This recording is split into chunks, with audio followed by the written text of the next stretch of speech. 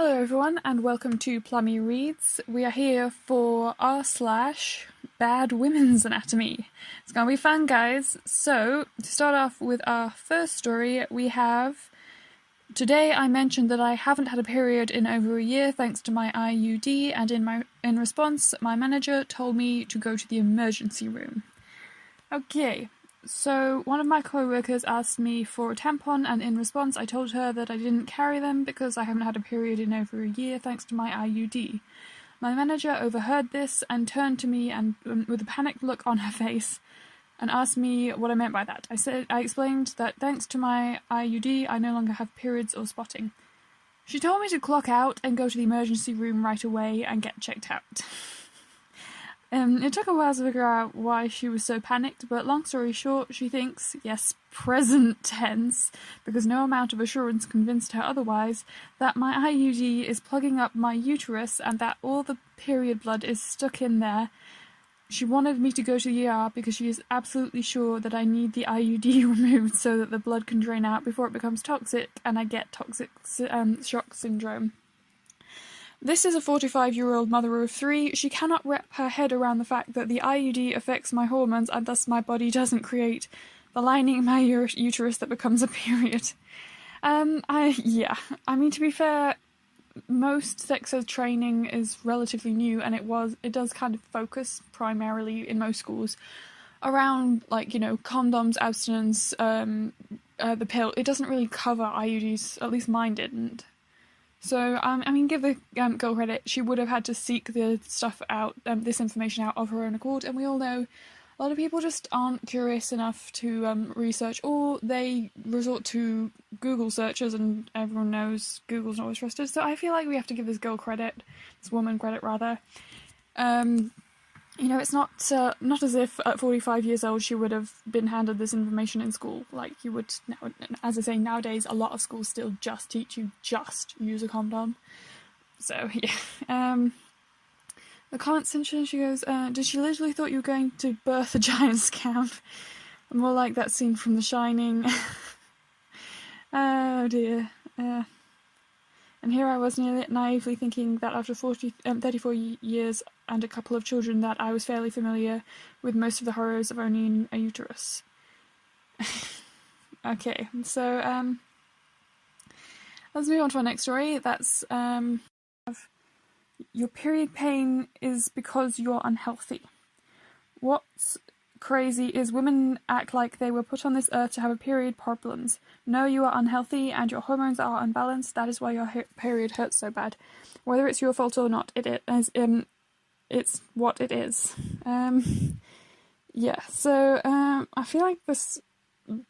Who is this different name? I honestly feel like this would be a girl, and it's usually a vegan girl. Not to point fingers, but it usually is the vegan community who get amenorrhea as a result of being vegan and then act like it's normal to be inches away from osteoporosis as a result of their amenorrhea. But yeah, sadly I would not be surprised if this tweet... Yeah, that's what I was thinking. Yeah, most periods showing... Yeah, it usually is a girl who just has really light or non-existent periods who doesn't understand that not everyone's like her. But yeah, that's fun.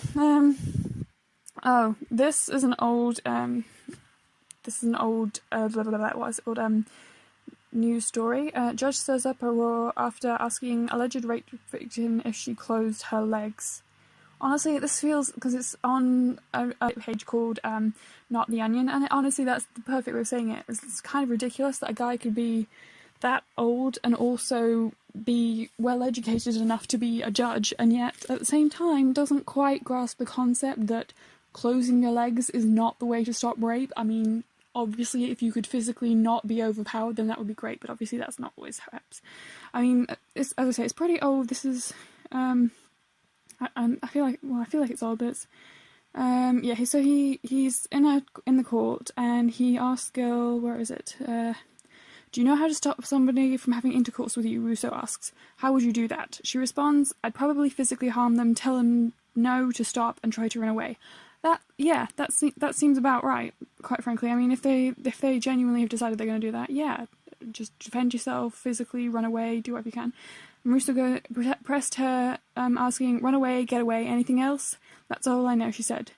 And he says, block your body parts, close your legs, call the police. Did you do any of those things? I mean, again, this just feels like a surreal experience that a guy that old and that well educated would not consider the possibility that a guy could actually, you know, grab her legs and open them again, or that he might be holding her hands and making it physically impossible for her to reach her phone. But no, as I say, it just well deserved to be on Not the Onion, because it does sound like something that should be an Onion story.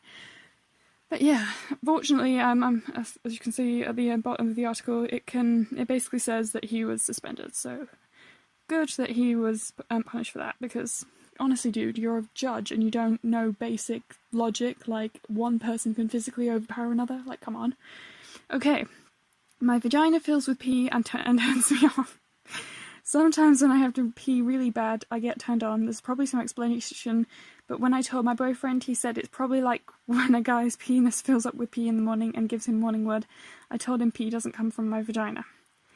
Yeah. Yeah, yeah. Well, it's just awkwardly phrased, I think. Awkwardly phrased is the way we should put that. It's just, yes. Just a bit awkward. Let's move on. Shower thought. Oh, good grief. Home of such brilliant intellectual observations as shower thoughts. So we have, hold on, let me get up. We've got, okay. Shower thought. Troll females will always be virgins since they just regenerate their hymens. And everyone's just gone, nope, that won't work. I'm a bot. Bleep, bleep. Someone has a link to this thread from another place on Reddit. r/bad. Oh, indeed. When I have stumbled upon here. Yeah, just a load of people saying, yeah, that's not how it works. Obviously, it really doesn't matter whether you have a hymen or not. If you're not a virgin, then you're not a virgin. But yeah. Okay. Found on Instagram. When you get top surgery, do they take out that extra rib girls have? Yeah. So this one would be, yeah, Christian school. Good. Are people really taught this? It's factually wrong. Yeah, the comment section was where it is for this one, because it's such a short post. More than one student in my middle school was convinced that the display skeleton in our science class had to be female because it had an even number of ribs. They could not be convinced otherwise. Why would you even think that to begin with? I'm so confused. Oh yes, it's obviously from that biblical story about how Adam had one less rib, which is actually, it is possible apparently to have an abnormal number of ribs, but obviously it's that's, what do you call it? It's just like a genetic condition. It's not anything to do with gender. It's just like a genetic abnormality where you're born with wrong number of ribs. Hold on. Oh yeah, I like this. Yeah, I guess that could somehow make sense to a kid, but even if you follow that logic, that's just Adam. All of their descendants would have regular amounts of ribs. Yeah, I guess that would be true, because if he was originally built with a rib, or the same number of ribs, and then one was taken out, it's basically the same as losing a leg. Your children wouldn't all be born with one leg. If you were an amputee, you would still birth normal children if you lost your leg. So, yeah, good point. I can't even comprehend this. Oh, what have we got? Okay. Before girls are born, girls get a real hardcore blowjob. When they get older, they get their period because they remember the blowjob, and their period is just the aftermath of that traumatizing event. What? What kind of short bus pervert thinks this kind of thing? No offense to people on the short bus, but that's a special kind of pervy. Ew, just yeah, and then literally just comments just as what? Does not compute. Yeah.